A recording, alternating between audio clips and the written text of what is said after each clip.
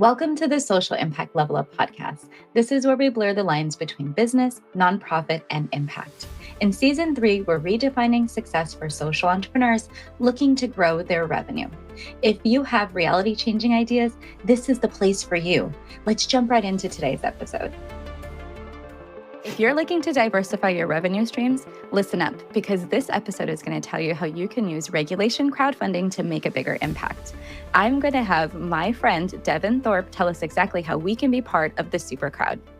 Devin, who are you and how do you make an impact? Yes. Well, thank you so much for having me on the show, Wendie. You are just great. What a great host. What a dynamic human being you are. You are just amazing. And thank you for joining us at Supercrowd Baltimore. What a fun event. It turned out to be great in so many ways, but, in part because of the great energy you brought to the table. It was really fun to have you there. And we're excited to have you speak at Supercrowd 24 too. So thank you very, very much.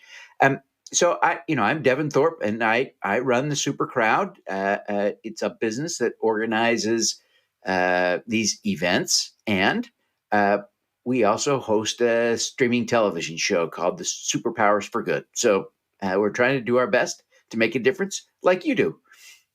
I love that, and it's a whole ecosystem that you have. I've gotten sucked in, and I'm actually very excited about it. There's very few communities that excite me anymore, and your community is very intriguing to me.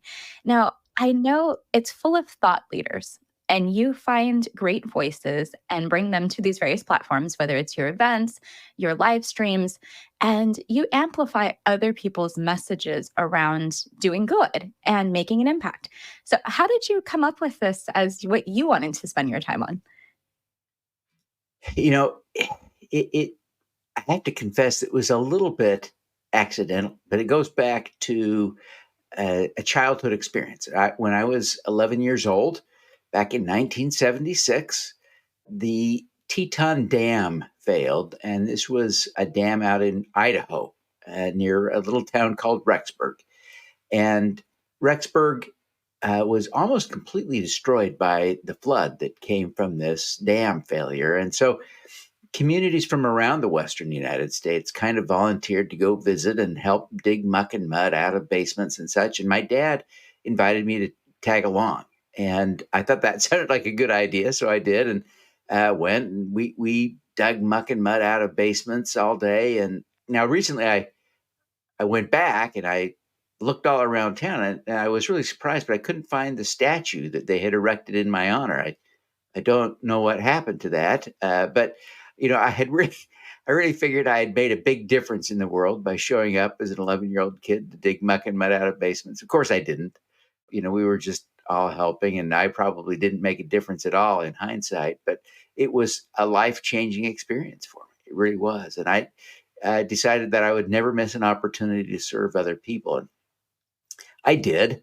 I did miss other opportunities to serve, but it certainly has been a guiding experience in my life. And as I began my career, I decided that I would devote the first half of my career to making money and the second half to social impact. And so about 13 years ago, my wife and I went to China for a year where we taught school at the university, at South China University of Technology. And while I was there, I wrote a book and launched a second career. And when I came back and started, promoting that book and doing that kind of thing, I ended up taking an assignment from Forbes to write about social impact. And about that time, Google created what it called Google Hangouts at the time. And I think they still have a product they call that. It's a little different, but it was a live YouTube video streaming tool. And so I started doing live interviews on Forbes using this technology, and just had a ball. And so I've kind of kept the show going I took a year off to run for Congress, but I've kept the show going for the last 13 years and have had just an amazing amount of fun. And so that kind of got me started in this work and building a network, right? I even got a chance to interview Bill Gates a couple of times. And so it's really been a profound experience. And, that's why I encourage people to podcast, because you build such an incredible network. And so it was a fairly natural thing after a few years to begin organizing conferences, because that gave me an opportunity to gather the community I was building through my network and bring people together around that. And so we're just having a ball with it, just having a ball. And it really does create an amazing energy when you get great people in the room to talk about what they're doing. Want to amplify your impact today? Join the Social Impact Level Up Collective, where social entrepreneurs just like you meet monthly to inspire world-changing ideas. You'll get access to my top courses and resources, speakers, and exclusive community events. Hop in right now at wendiebelos.com/collective. Yeah, I was not anticipating being so excited about the experience. I came back and I have told literally everybody about it. I'm like, listen, there were trains and they were amazing people. What more could you want? And they fed us, right? Like, this was a great ticket for the price.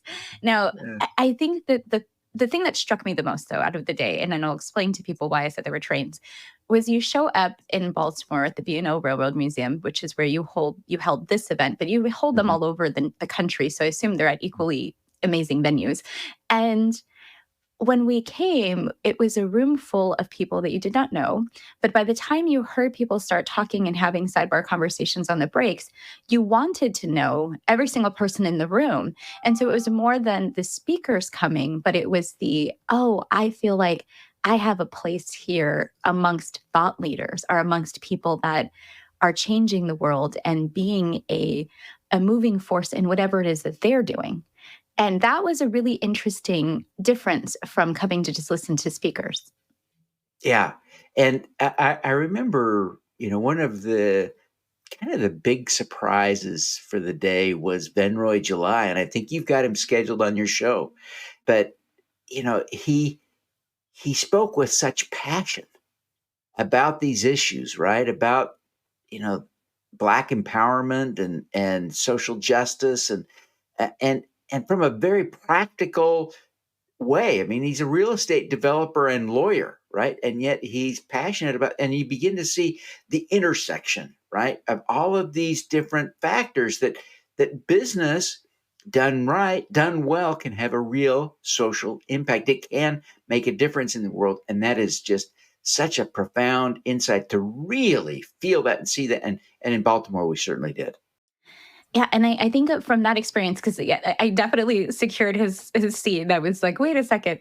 Uh, what I took away from that was his way of thinking is the way of thinking that a lot of people could have and could choose to think about how can I develop communities to give them back to communities. And another voice that you had there is that Stephen Schaff, right? He's going to be also on the podcast, and he's been thinking the same thing. And I was like, how many real estate developers would we need to really transform communities to be thinking in these different ways, right? But it's every sector, every group has their own things that you could be doing professionally and personally to give back, to make a difference, and to really help empower people and communities in ways that had not really even been possible before. And crowdfunding, what I learned in this whole experience, because we were not only talking about all these amazing impact ideals in people's work and just these very inspirational topics, but the core of it was that there is a mechanism that a lot of people don't understand right now. And there's still a lot of mystery. And even in my brain, after listening to you talk about it for an hour and give very detailed information, I still wonder, how can we make this particular strategy more accessible to people? Yeah, that is a critical step. And one of the things that I remember we talked about in the very earliest days after the passage of the Jobs Act, which enabled regulation crowdfunding, we were talking as a group, and we recognized that the regulations were burdensome. They enabled something that had been impossible legally up to that point, but it was also difficult. And I remember we talked about the technology would solve this problem. And I have to admit, I'm disappointed that it hasn't happened yet, right? The basic infrastructure is there to do all these tasks. But here's what's changing. Generative AI is fundamentally altering our world and in radical ways that I couldn't have anticipated weeks ago. Weeks ago, I find myself doing now with AI, and it is just astounding. But one of the things that you can do with AI is you can reduce the time to prepare documents from days or weeks to hours. So you can build a business plan and draft your Form C, which is the required disclosure document, in a matter of hours by giving generative AI, and I'm talking about the free generative AI, like Chat GPT 3.5 can do this, right? You say, I need to write a business plan. Help me write an outline for my business plan. And then you just ask the generative AI to write each section of that business plan one step at a time, giving it some clues about things. And, you say, maybe what do you want to know before you write this? And it'll tell you, and in a day, you could write a comprehensive business plan that is completely professional, and it's done, right? And then you hand it to your attorneys or hand it to the portal, and you are done. And it's just amazing. Now, I realize it takes a little bit of extra training now to try and lean into that technology. But I tell you, I showed my wife how to do this. And my wife is an old school teacher. She's a retired school teacher. And she was able to immediately begin using ChatGPT as a tool for all kinds of things. And I tell you, it's a game changer. And layer on this, right? Now what's coming? Across the landscape, everywhere we turn, all the tools we're using have generative AI built in, right? So as we go through our experience over the next year, I'm talking the next 12 months, not the next 12 years, the next 12 months, everything is going to get this generative AI kind of thinking built into it. And very suddenly, we're going to be able to put together our submissions in a tenth the time they required a year ago. Think about that. In 24 months, we'll have reduced the effort 90%. And then add to, there'll be tools very soon, immediately, that'll put together the whole social media campaign, the whole email campaign, the whole everything. It may be one step at a time, but you'll be able to, it'll do it for you. It's going to be amazing, amazing, amazing. And then, of course, on the investing side, I've already created tools for my community to use to accelerate due diligence. So you don't have to spend hours and hours and hours on the due diligence. You're able to cut that way back, make an analysis more quickly, make a decision about investing in a deal. And let me tell you, I look at what's going on in the stock market, and I look at what's going on in the crowdfunding market, and I'm moving my money from the stock market into the crowdfunding market because the returns are better. Just flat out simply, I can make more money there. I know. And you challenged me to go move $5 over there at the event. And I have yet to do it because of a couple of things you mentioned. So I do have a follow-up question to that. And then I want to get into the investor side pretty heavily because I think that we have both groups would be listening to this podcast, right? Sure. So on the side of the person who's coming to this idea of needing money and wanting to find a diverse funding stream that is not their general revenue or not donations or whatever. The first question I have is, and I understood this is something nonprofits and businesses can both use as a strategy. And this, like you said, has regulation around it because the government tends to make everything difficult whenever they say that you can do it. But there's ways and people to help you, like lawyers and folks that you can bring on to help you navigate, which I learned through your network exist, right? Which is great. And there's resources that you can read to understand it. But you mentioned a couple things in there, that there's a portal. And can you explain what that is about and why one needs a portal? And then what that does for people, I guess. And then two, you kind of said in the regulations could be a little burdensome. Can you give a little peek into what would people be asked to do? And then the third part is something that we haven't even talked about yet, but I think it fits in here from what my understanding is as you decide you're going to give something to investors, you have to make this deal enticing for them. So you got to give them a little thing, equity or something. So I guess it's sort of 1, 2, 3.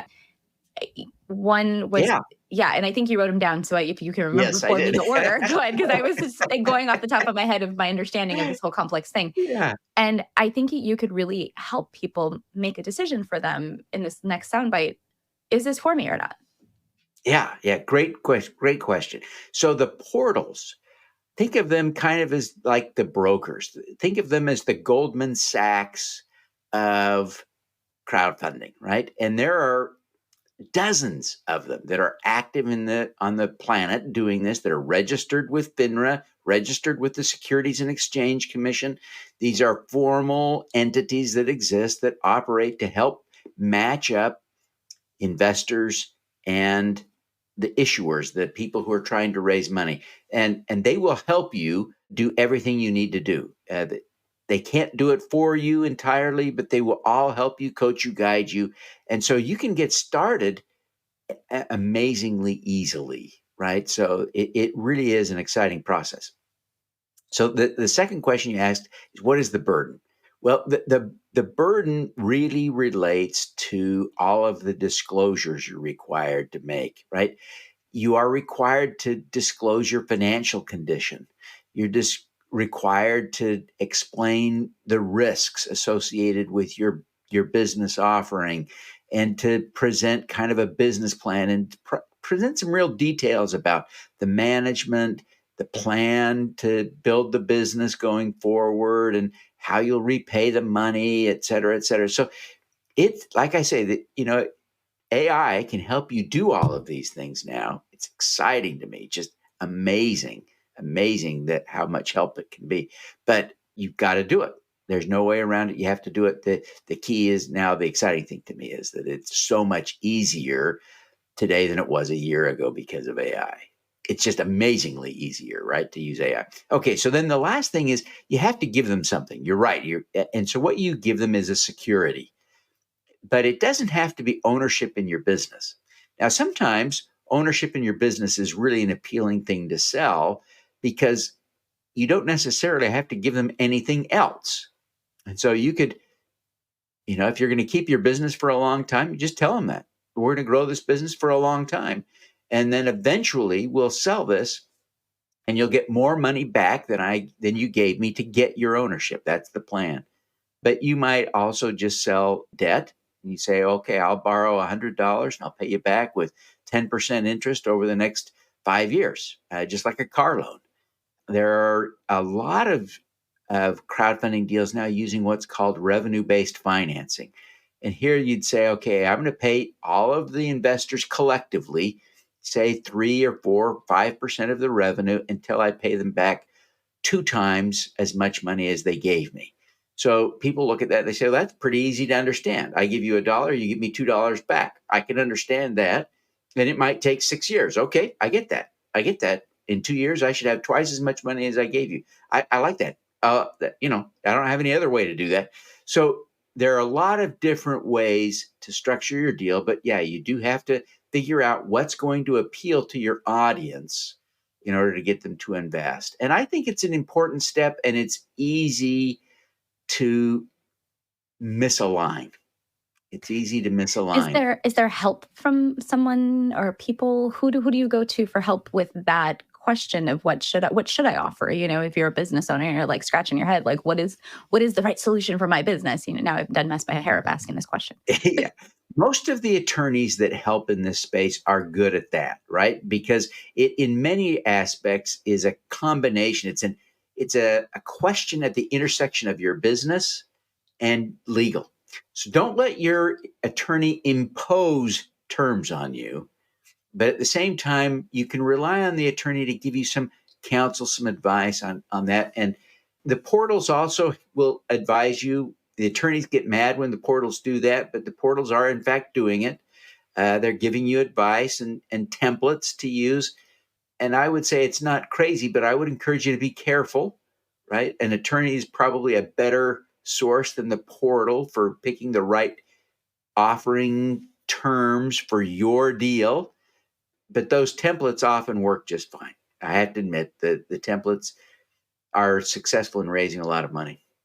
And you're saying, AI and templates and all these things are helpful. There's also obviously hire a professional to do this with you.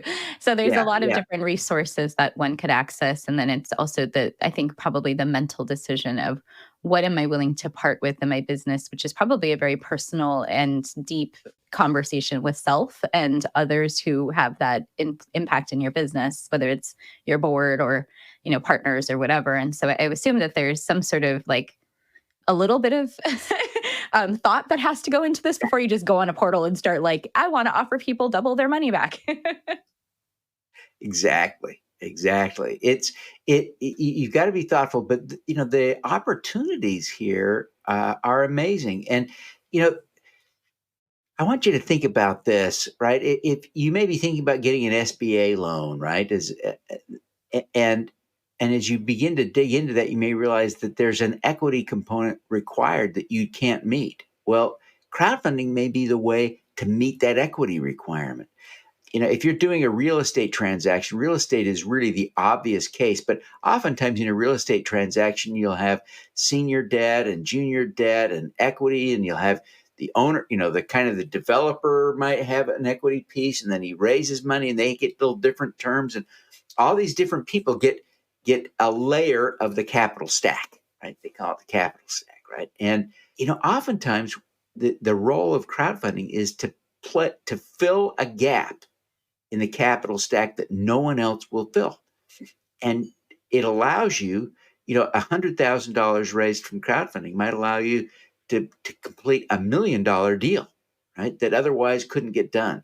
So it's really an exciting place. And of course, I often think about the small deals. A lot of people, the vast majority of crowdfunding deals are small, but you can raise up to $5 million that way. I publish on Substack, my newsletter and show, and Substack raised $5 million on WeFunder, one of the primary portals, and they may raise $5 million in one day, right? So it's amazing the opportunities that are out there. And then using Regulation A, a related crowdfunding tool, it's more expensive to do a Regulation A offering, more legal especially. The biggest difference is the Securities and Exchange Commission thoughtfully reviews your disclosure documents and gives you feedback. Usually there's a cycle, right? You submit, they review, you submit, resubmit, they re-review, et cetera, et cetera. So it takes months and lots of attorney's fees, but that you can raise up to $75 million under Regulation A.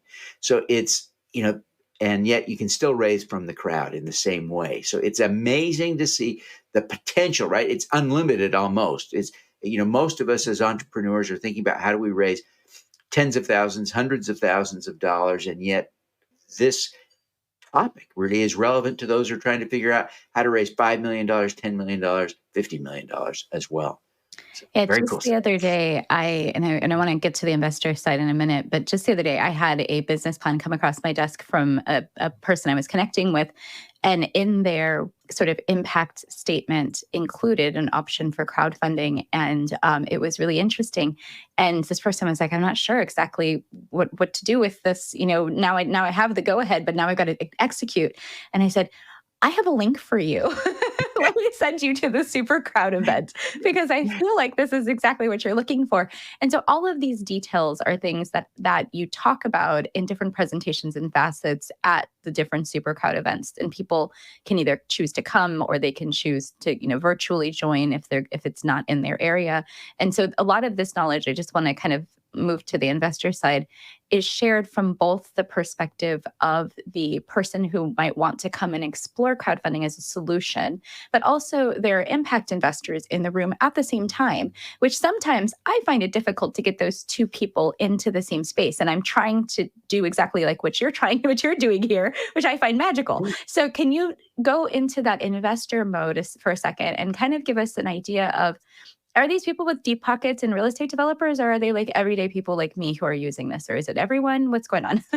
It runs the gamut. It runs the gamut. At Supercrowd Baltimore, we had some people there who have serious means, right? And I don't know that I don't think we had anybody there who is a billionaire, right? I don't think there were any billionaire. And and probably no centimillionaires. But I think there were some, a couple of decamillionaires in the room, right? So folks who have at least 10 million bucks of net worth. So there was some money in the room. But just as interestingly, there were a lot of people there who I think are salaried employees working for, quasi-governmental agencies like the Baltimore Development Corporation. And the Baltimore Development Corporation had great programs. And what I began to see is how people in the room were beginning to connect the dots. Oh, if I use this piece over here and combine that with some crowdfunding, I'll be able to do the crowdfunding more easily. And the crowdfunding will enable me to do a bigger project more successfully. So there are opportunities to combine this grant with this loan program with the crowdfunding. And suddenly, like again, it's kind of the capital stack discussion, right? You bring all these things together and you can accomplish so much more. And so we saw that. But then there's also an aspect that I just love, right? You can almost see the light going on with people, who are salaried employees who help manage these money programs. And they're suddenly realizing, wait a minute, I personally can put $5 in this deal. I could put $100 in that deal. I could put $200 in that deal. I could be an investor, it's not just about, the company I work for that has this $8 million grant program. No, I can participate. I can make a difference. The light goes on. It's exciting, right? And it's scary. And I got to tell you, that's why I really tried to get people committed to do that $5 investment with Climatize, because the reality is that the first one is hard to do. It's kind of like, well, golly, I've never invested in before, and how do I do this? And it takes 10 minutes to do the first one. You can spend as much time doing due diligence as you want, but the reality is, if you're going to spend $5, it doesn't matter. It's throwaway money for all of us, right? So you go and you can do it in 10 minutes, and you can say, wow, I'm an investor now. I'm like, I've done it, and it didn't hurt. Nothing happened to me, that no one came and repossessed my car, and my house is still here. My apartment's still here. It's all good. I can do this. And so once you've done it once, it's easier to do it again and again and again. And so I remember I did my first one about 4 years ago, my first impact investment via crowdfunding. And since then, I've done dozens and dozens and dozens. I just have piles of them. And it's so fun. It's so fun. We have an impact cherub club that meets once a month, where we get together and we talk about which deals we're going to do, and then we do them. So it's so fun. So fun. I love that. And I'll tell you how I missed doing my homework, because this is an interesting part of it that I didn't even anticipate. I was on the platform in the room, walked out with the browser window open, intending to do when I got home, as you do. You go through traffic, you get busy. And then I went back to it, and the deal that I wanted was gone. And I guess they expire, and I did not take note of the dates before when you first introduced me to this. And so there were other things there, but I had my heart set on that one. It was like the red dress, so that it's no longer in the store window. And you're like, wait a second. So could you speak a little bit about that before we kind of close up with one last question for you as a person, and then going on to where people can find you. Tell us about what the timing of this situation, because sometimes deals are not there for very long. That's right. The offerings, and it varies, right? So the Substack deal was there for 1 day. 1 day. So, it really was a major case of the red dress effect. And nobody knew when they put it out there how it would go. I'm sure even the folks at Substack didn't anticipate that they would lock down the whole offering in 1 day. But the reality is, you can do it. The issuers often put up a deal and end up extending. So it often goes longer than expected. It takes sometimes a long time for a company, an entrepreneur, to raise the money. It doesn't just magically come. You have to go ask people to invest. So there's that.